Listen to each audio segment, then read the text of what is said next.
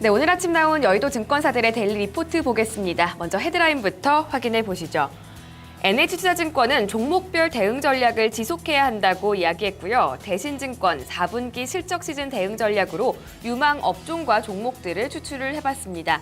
이 두 가지 증권사 공통적으로 운송과 반도체, 디스플레이 업종을 추천했습니다.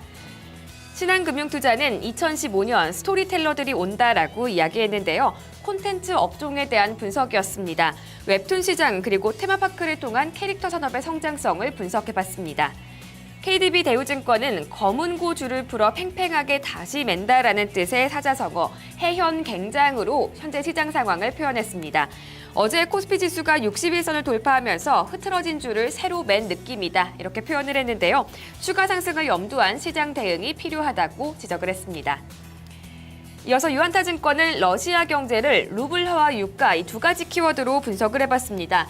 현재 루블화 가치는 반년 만에 반토막이 난 상태인데요. 러시아의 신용 등급까지 강등되면서 단기적으로 변동성 요인이 확대됐다는 평가였습니다. 하지만 추가적인 경제 제재가 없다면 러시아 경제가 회복할 수도 있을 거다라고 전망을 했습니다. 한국투자증권은 이번 주에 차트를 분석하면서 금을 사라라는 투자 전략을 제시했습니다. 22의 역사적인 양적 완화를 통해서 금이 최대의 수혜 자산으로 떠오를 거라는 분석이었습니다. 하나대투증권은 미국의 4분기 GDP의 관전 포인트 3가지를 제시했습니다. 먼저 그 첫 번째는 소비 심리가 얼마나 견고하게 회복되는지였고요. 두 번째는 투자 부문의 둔화 가능성이 얼마나 되는지, 그리고 마지막은 달러 강세로 인한 수출의 둔화는 어느 정도인지 이렇게 3가지였습니다. 삼성증권은 너무 낮은 리스크 프리미엄은 안전하지 않다라고 이야기했습니다. 미국의 통화정책 정상화를 앞두고 리스크 프리미엄이 상승한다면 시장의 충격이 커질 수 있다라는 지적이었습니다. 이어서 신규 추천 종목 보겠습니다. 신한금융투자가 LG화학과 현대증권을, NH투자증권은 삼성 SDI를, 그리고 삼성증권은 LG생활건강을 추천했는데요. 이 중에 LG그룹주 2가지 자세히 보겠습니다.